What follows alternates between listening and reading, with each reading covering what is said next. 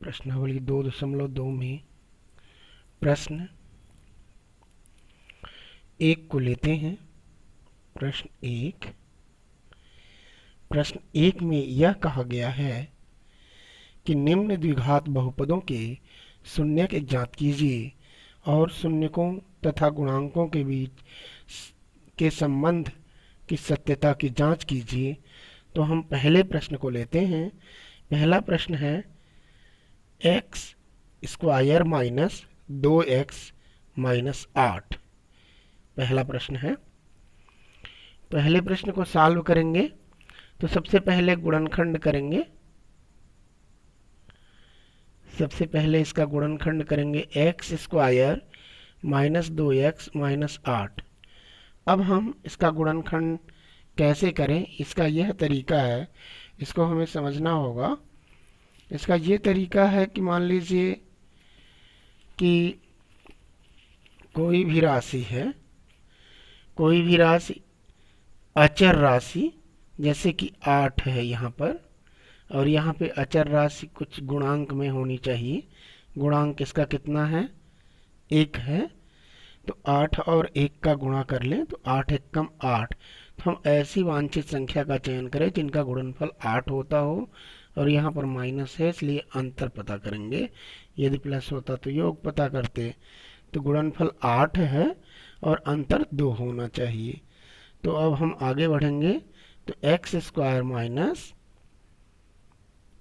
4 minus 2, क्योंकि 4 दूनी 8 होता है और 4 में 2 घटाने से 2 आता है, minus 8 x square minus 4x plus 2x minus 8। X square minus 4x को अब ब्रैकेट में ले लीजिए, दो ग्रुप बना लेते हैं, 2x माइनस 8। इस प्रकार ग्रुप बन जाता है। अब आगे इन दोनों में से कुछ कॉमन आएंगे जो समान होगा दोनों पदों में। इस पद में क्या समान है, x समान है, इसलिए x कॉमन कर लेंगे, x माइनस 4। अब इन दोनों पदों में क्या समान है, 2, तो 2 कॉमन कर लेते हैं। तो 2 चौको 8, 2 का पहाड़ा 4 बार पढ़ने पर 8 आता है। अब यहाँ पर x माइनस 4 को हम क्या करेंगे, दो पदों में है, दोनों को कॉमन कर लेंगे। x माइनस 4 को कॉमन करने पर गुणनखंड क्या बचता है, x प्लस 2। तो यहाँ पर लिखेंगे x प्लस 2। अब बहुपद के शून्यक ज्ञात करेंगे। शून्यक के लिए बहुपद के शून्यकों के लिए, तो बहुपद के शून्यक जब ज्ञात करेंगे हम, तो ये पोलिनोमियल x इक्वल टू 0 होगा, क्योंकि बहुपद के शून्यक की डिफिनीशन ही है कि x के स्थान पर कोई अचर मान रखा जाए और अचर मान रखने से उस बहुपद का मान पूरी तरह से शून्य हो जाए, तो वही अचर पद शून्य कहलाता है। ठीक हम वही प्रक्रिया करेंगे। तो x माइनस 4 बराबर 0 और x प्लस 2 बराबर 0। आगे चलेंगे तो x बराबर 4 और x बराबर माइनस 2। अब हम शून्यकों के संबंध की सत्यता की व्याख्या करेंगे। शून्यकों और गुणांकों के संबंध।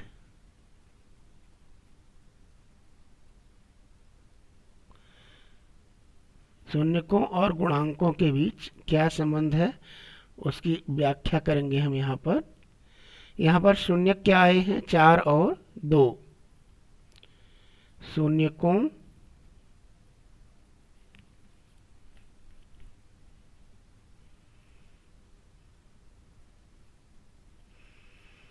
का योगफल,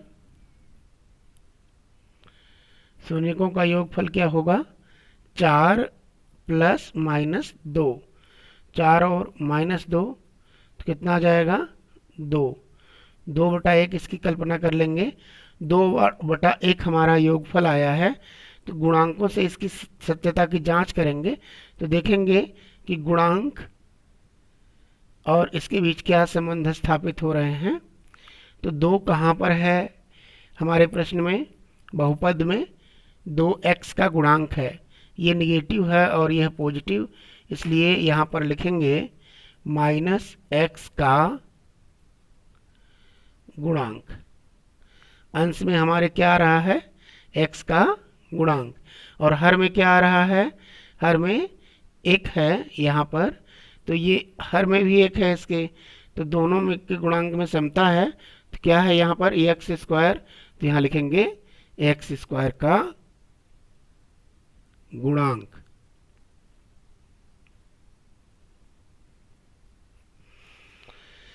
अब हम गुणनफल की सत्यता की जांच करेंगे तो यहाँ पर लिखेंगे शून्यकों का गुणनफल। शून्यकों का गुणनफल लिखेंगे तो शून्यकों का गुणनफल क्या होगा? 4 गुणा -2। 4 और -2 का गुणा होगा तो क्या आएगा? 4 दूनी 8। 4 दूनी 8 आएगा। 8 आ गया तो 8/1 कर दिया। 8 इसमें क्या है? अचर राशि है 8। यहाँ पर अचर राशि है 8 जो ऋणात्मक है, और यहाँ पर 4 और 2 का गुणा करने से 8 आया, लेकिन यहाँ पर ऋण था तो इसलिए यह भी ऋणात्मक है। तो दोनों ऋणात्मक हैं, इसलिए अचर पद दिखता है। तो यहाँ लिखेंगे बराबर अचर पद बटा एक्स स्क्वायर का गुणांक। अचर पद बटा एक्स स्क्वायर का गुणांक। इस प्रकार गुणांकों के बीच योगफल और गुणनफल का सत्यापन हुआ। जो गुणनफल था वो -8 आया, -8/1 लिया, और इसको हम बहुपद के गुणांकों से मिलान किया तो अचर पद इससे मिलता है, अचर पद बटा एक्स स्क्वायर का गुणांक। ठीक उसी प्रकार योगफल के सत्यता का भी सत्यापन हमने किया 2/x, तो यहाँ पर x का गुणांक मिलता है, उसको ले लिया गया। इस प्रकार यह इस बहुपद का शून्यक निकला। क्या निकला? शून्यक इसके निकल गए x बराबर 4 और x बराबर -2। तो शून्यक क्या होंगे इसके? शून्यक होंगे 4 और -2। यह अभीष्ट उत्तर इसमें आ गया। तो आप इसको इस तरह आसानी से कर सकते हैं। एक्सरसाइज 2.2 का दूसरा प्रश्न देखते हैं। इसमें भी एक द्विघात बहुपद ज्ञात करना है जिसके शून्यकों का योगफल कितना है? √2, और गुणनफल कितना है? 1/3। क्या निकालना है? बहुपद ज्ञात करना है। तो यहाँ पर शून्यकों का योग क्या है आपका? Alpha plus beta equal to कितना दिया हुआ है? √2। तो अपन 1 मान लेते हैं, जबकि फार्मूला कितना है? जबकि परिभाषित मान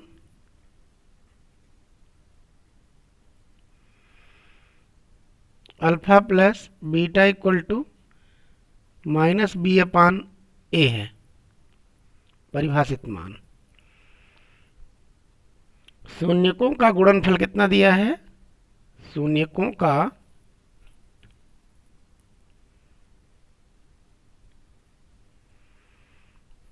गुणनफल अल्फा बीटा है, तो जो शून्यकों का गुणनफल है वो क्या है? 1/3, जबकि परिभाषित मान कितना है? अल्फा इंटू बीटा का c/a है। परिभाषित मानों में यह देखें कि दोनों के हर a हैं, यानी समान हैं, जबकि इसके हर क्या हैं? 1 और 3 हैं। तो अंतर किस में दिख रहा है? सबसे छोटा मान 1 है और यहाँ 3 है, तो एक जिसका छोटा मान है उसमें हम हर वो अंश में 3 का गुणा कर देंगे। तो यहाँ पर क्या हो जाएगा? शून्यकों का योगफल समानता दिखाने के लिए ऐसा करेंगे, 3√3 अपान 3 बन जा 3, यानी दोनों में हमने क्या कर दिया?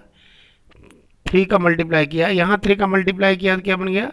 3√2, और जबकि यहाँ का मल्टीप्लाई किया 3 का तो कितना हुआ? 3। अब यहाँ पर ये किसके बराबर हो जाएगा? -b/a के। और दूसरा मान जो गुणनफल है, गुणनफल अल्फा बीटा है, वो 1/3 किसके बराबर हो जाएगा? c/a के। अब यहाँ पर हम देखते हैं कि a का मान भी 3 और इस a का भी मान 3, अतः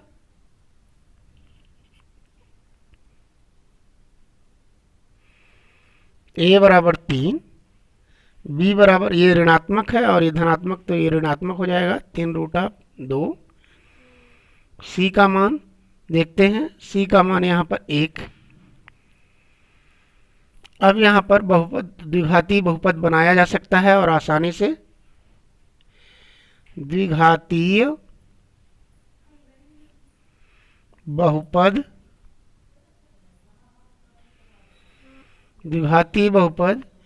ax² plus bx plus c, जहाँ पर a is not equal to 0 होना चाहिए, जो परिभाषित है। यहाँ पर हम a के जगह पर क्या रखेंगे? 3x², b के जगह पर क्या रखेंगे? -3√2x, और c के जगह पर क्या रखेंगे? 1। तो इस प्रकार हमारा बहुपद निर्मित हो गया है और यही अभीष्ट आंसर भी होगा। तो आप बच्चों आसानी से इसको भी कर सकते हो। अब हम चलेंगे एक्सरसाइज 2.3 में। एक्सरसाइज 2.2 का दूसरा प्रश्न है। दूसरे प्रश्न में लिखा हुआ है, एक द्विघात बहुपद ज्ञात कीजिए जिसके शून्यकों का योग और गुणनफल क्रमशः पहला है 1/4 और -1। इसके हमको इसके बहुपद बनाने हैं और यह शून्यकों का योगफल और गुणनफल है। तो यहाँ लिखेंगे अल्फा प्लस बीटा, हल करेंगे तो अल्फा प्लस बीटा इसमें दिया है 1/4, अल्फा इंटू बीटा दिया है -1/1। इसको -1/1 कर सकते हैं क्योंकि फार्मूला है बहुपद के लिए योगफल और गुणनफल का, alpha plus beta equal to -b/a और alpha into beta equal to c/a। ये फार्मूला डिफाइन है। तो इस डिफाइन फार्मूले में देखते हैं कि दोनों के डेनोमिनेटर a हैं, यानी कि a का मान समान होना चाहिए, लेकिन इसमें 4 है और इसमें कितना है? 1 है। तो इसके लिए हम अल्फा इंटू बीटा में कुछ प्रतिक्रिया करेंगे, -1/1 है तो दोनों के हर वो अंश में 4 का गुणा कर देंगे ताकि दोनों में समता दिखने लगे। -4 एकम 4 और 4 एकम 4। अब आप देखेंगे कि अल्फा प्लस बीटा बराबर 1/4 था और अल्फा इंटू बीटा -1/1 था। दोनों में 4 का गुणा करने पर -4/4 हो गया। अब इस फार्मूले के अनुसार जैसे कि -b/a है और c/a है तो दोनों में एक ही समता दिखने लगी, हर दोनों के समान हो गए। अतः यहाँ पर हम डिफाइन कर लेंगे कि a इक्वल टू तो 4 होगा। अब दोनों में समता आ गई है a के प्लेस पे। अब b इक्वल टू क्या होगा ये देखना है बी फार्मूले में माइनस बी लिखा हुआ है, जबकि प्राप्त मान 1 है, तो इसको b इक्वल टू -1 मान लेते हैं। और c इक्वल टू क्या मान प्राप्त है, c इक्वल टू -4 ऑलरेडी प्राप्त है, तो -4 लिख देते हैं। अब यहाँ पर बहुपद ज्ञात करने के लिए लिखेंगे बहुपद px, मान ले इसको, तो px equal to ax² plus bx plus c। अब आप सोचेंगे कि क्यों द्विघातीय बहुपद ही लिख रहे हैं सर।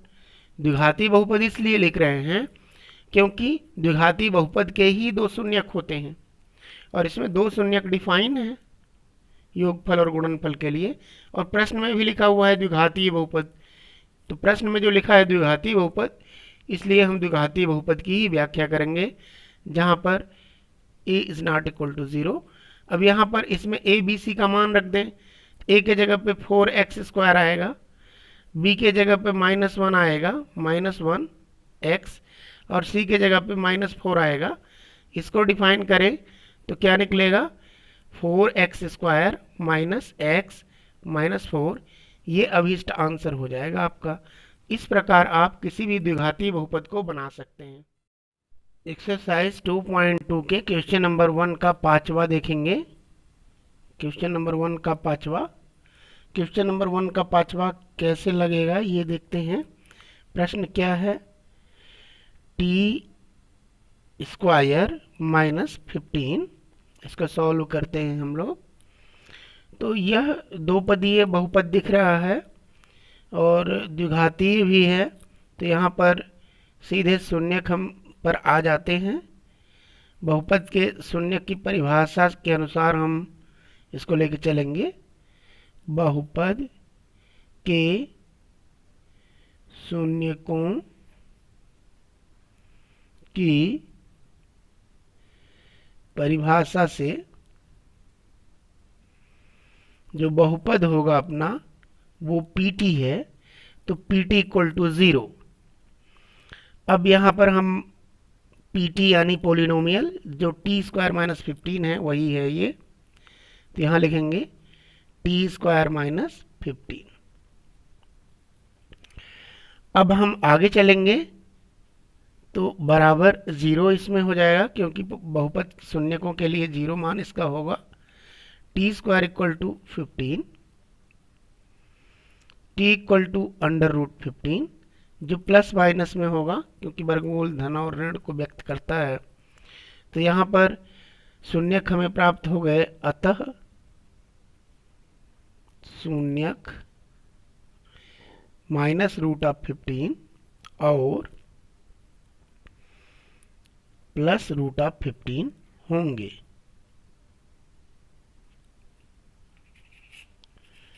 अब इनके योगफल की व्याख्या करते हैं हम लोग। यहाँ लिखेंगे शून्यकों का योगफल।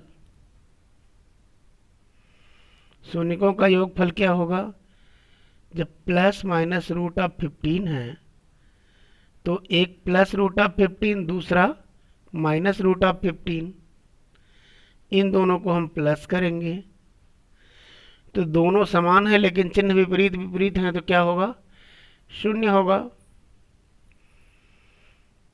यानी 0/1 है। अब इस बहुपद को अगर हम द्विघाती बहुपद के सिस्टम में व्यवस्थित करें तो इसको इस तरह भी तो कह सकते हैं, t² + 0t -15, इस तरह भी इसकी व्याख्या की जा सकती है। तो 0 क्या है, 0 जो है वो t का गुणांक है, तो यहाँ पर लिख देंगे -t का गुणांक बटा t² का गुणांक। इस तरह इसको परिभाषित किया जा सकता है। अब हम शून्यकों के गुणनफल में आते हैं।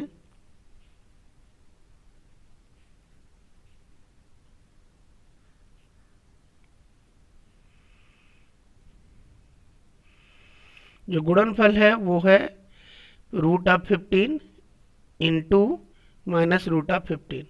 इन दोनों का मल्टीप्लाई होगा तो अंडर रूट रिमूव हो जाएंगे, माइनस 15 आ जाएगा। तो इसको माइनस 15/1 लिख सकते हैं। इसको हम बता सकते हैं कि अचर पद बटा टी स्क्वायर का गुणांक। तो गुणांकों के बीच शून्यकों के योगफल और गुणनफल का सत्यापन हो गया। यहाँ पर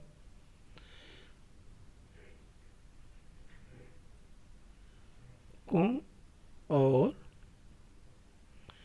गुणांकों का संबंध यहाँ लिखना था, इसको मैं बाद में ही लिख रहा हूँ, पर लिख रहा हूँ। ठीक है, इस प्रकार हम प्रश्न क्रमांक 5 को सॉल्व कर सकते हैं और आसानी से हल हो सकता है और बहुत ही सरल सॉल्यूशन है, इसको आप कर सकते हैं। अब हम एक्सरसाइज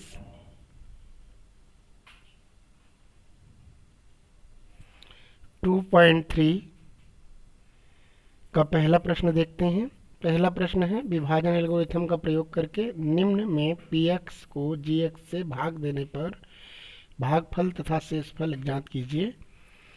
तो px का मान क्या दिया है, x³ minus 3x square plus 5x minus 3, और gx का क्या मान दिया हुआ है, gx का मान दिया हुआ है यहाँ पर x² माइनस 2। अब इन दोनों का हम भाग करते हैं, विभाजन करना है।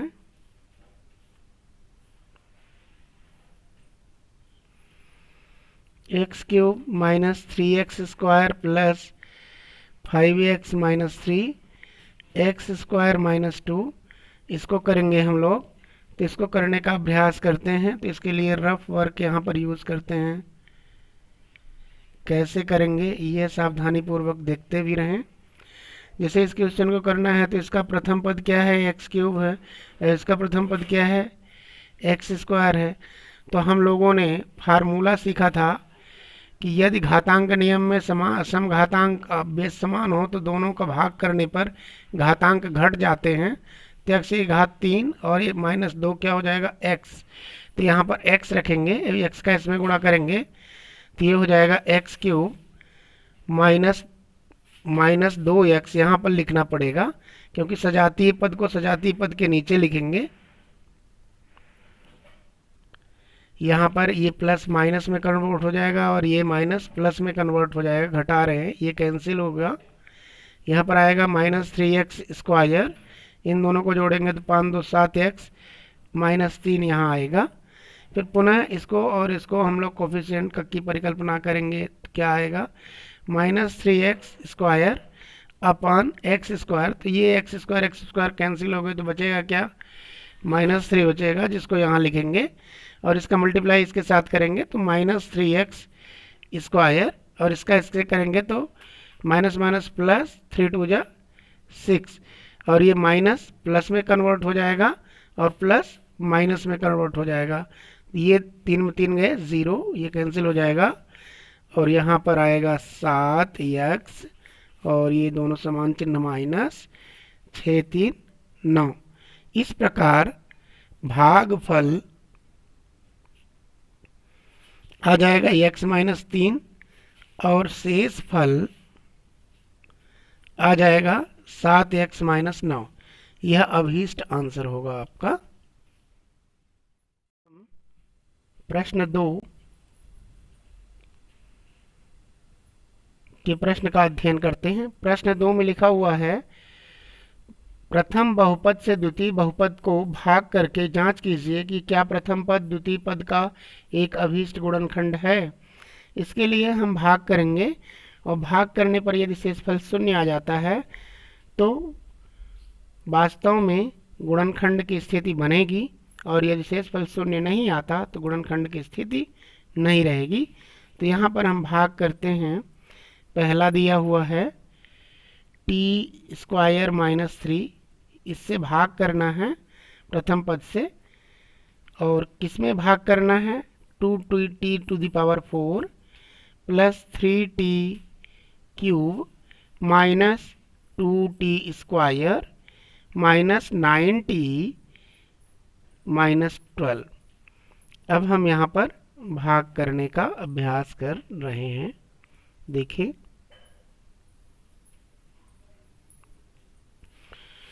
2t⁴ plus 3t cube minus 2t square minus 9t minus 12 T square minus 3, इससे हम डिवाइड करेंगे। तो यहाँ पर देखते हैं t⁴ है और यहाँ t स्क्वायर है, तो दोनों की पावर घटाएं तो कितना बचता है, t की घात 2, और गुणांक इसका 1 है, इसका 2, तो ये गुणांक 2 लेंगे। अब इसका गुणा करेंगे, 2 t की घात 4, जब इसका इसमें गुणा में होगा तो होगा, और माइनस 2×3 6 माइनस 6 t की घात 2, क्योंकि t स्क्वायर ही रहेगा, ये प्लस है, माइनस हुआ ये, और ये माइनस का प्लस, ये दोनों कैंसिल हुए। यहाँ 3t क्यूब और ये दोनों घट के आएगा plus 4t square minus 9t minus 12। इस तरह हम नीचे संख्याओं को लिख लेंगे। संख्याओं को लिखने के उपरांत हम पुनः इसका और इसका डिवाइड करने का प्रयास करेंगे। यहाँ 3 है तो यहाँ पर प्लस 3 नोट कर लें। अब t में कितनी पावर जाएगी, तो यहाँ t स्क्वायर है, यहाँ t क्यूब है, दोनों का डिफरेंस 1 है, तो 1 पावर वाला t। अब इसका इसमें मल्टीप्लाई करते हैं तो 3t क्यूब, और ये प्लस माइनस माइनस 3 3 जा 9t, और ये प्लस का फिर माइनस घटाएंगे तो और माइनस का ये प्लस, ये दोनों कैंसिल हो जाएंगे। अब बचेगा क्या, प्लस 4t स्क्वायर माइनस 12। अब यहाँ 4t स्क्वायर 4 आया और यहाँ पर 1 है, तो यहाँ पर प्लस 4 लेते हैं, तो 4 का मल्टीप्लाई इससे करते हैं तो प्लस 4t स्क्वायर, और 4 का इससे करते हैं तो माइनस 12, 4 3 12, माइनस का प्लस का माइनस, माइनस का प्लस, ये कैंसिल, शेषफल 0। क्योंकि शेषफल 0 है, अतः प्रथम पद द्वितीय पद का, प्रथम पद द्वितीय पद का गुणनखंड है।